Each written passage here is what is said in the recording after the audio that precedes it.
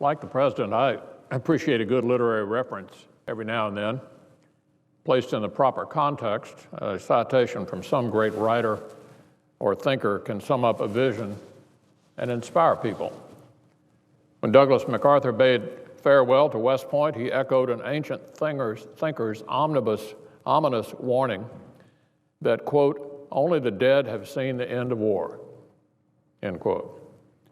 And the biblical references in JFK's famous inaugural represent another classic use of the well-placed quote. But I think a lot of people are still scratching their heads about President Obama's promise yesterday, his promise yesterday to bring Americans an ocean of tomorrows. Frankly, I don't even think the Carl Sandburg fans out there would get it. And I really wonder, does he? Because the president himself said his speech probably won't change any minds. Even the advisors who endlessly hyped this thing more or less conceded there wouldn't be any there. No groundbreaking proposals, no tack to the center, no promise to finally start working collaboratively with Congress. Well, they were right. So really, you have to ask, what was the point? Look, this president's a terrific campaigner. We all recognize that. He's got a way with words, too. But at some point, campaign season has to end, and the working with others season has to begin. At some point, you have to start promising an ocean of tomorrows and start actually working with the representatives of the people.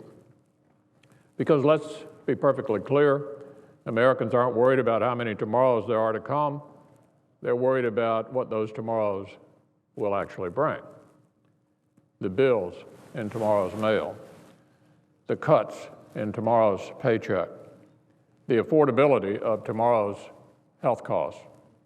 These are the things that can't be addressed with reheated speeches or clever quotes. They require actually working with people, including those you might not always agree with. For instance, going around telling people Obamacare is working the way it's supposed to, or that it's fabulous or wonderful, as several of our Democratic friends have done. And well, that doesn't really change reality. It's just words. It doesn't change the fact that recent surveys show only 13% of Americans now believe the law will help them, or that about half believe it will make things worse for the middle class, or that actuaries are now predicting cost increases of 30% or more in my home state of Kentucky. Now, I know the president likes to point to the few places, as he did yesterday, where premiums might actually drop under Obamacare, but he's basically silent on the places where it's been announced that premiums will go up under Obamacare. And he won't say a word about all the people who've lost their jobs or seen their pay cut. For instance, the Washington Post recently profiled a part-time college professor from Virginia who, like many in his situation, will see his hours slashed as a result of this law. As the Post put it, for this man, the president's health care law could have meant better health insurance. Instead, it produced a pay cut. And many would agree, not for the better, especially for the growing number of Americans forced into part-time work with fewer hours and smaller paychecks as a result. As one part-time waitress interviewed in another paper said, "I can't believe I voted for this. This is not the change I wanted, and it feels like there's no hope." So if the president is ready to pivot from campaign mode to governing mode, he can start by dropping the misleading claims and admitting what pretty much everybody knows, that a lot of Americans are going to feel the pain once this ocean full of tomorrows finally crashes ashore.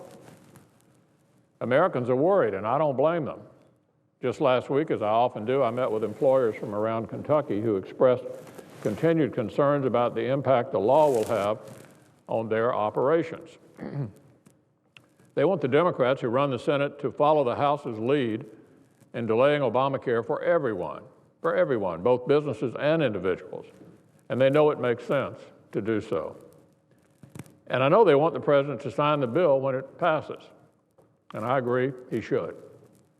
It would be a great first step toward implementing the permanent delay our country needs, a delay that would give Republicans and Democrats the chance to start over and work together this time on a bipartisan, step-by-step set of health reforms that would actually lower costs. But we can't get there until the president changes his mindset, until he puts the poetry down for a moment, flips the campaign switch off, and the governing switch on. And when he does, I think he'll be surprised to find just how many Republicans want to do exactly what we've said all along, to work with him on solutions to get our economy moving, our jobs growing, and our health care more affordable. We're waiting. Americans are waiting. I hope he'll finally be ready soon.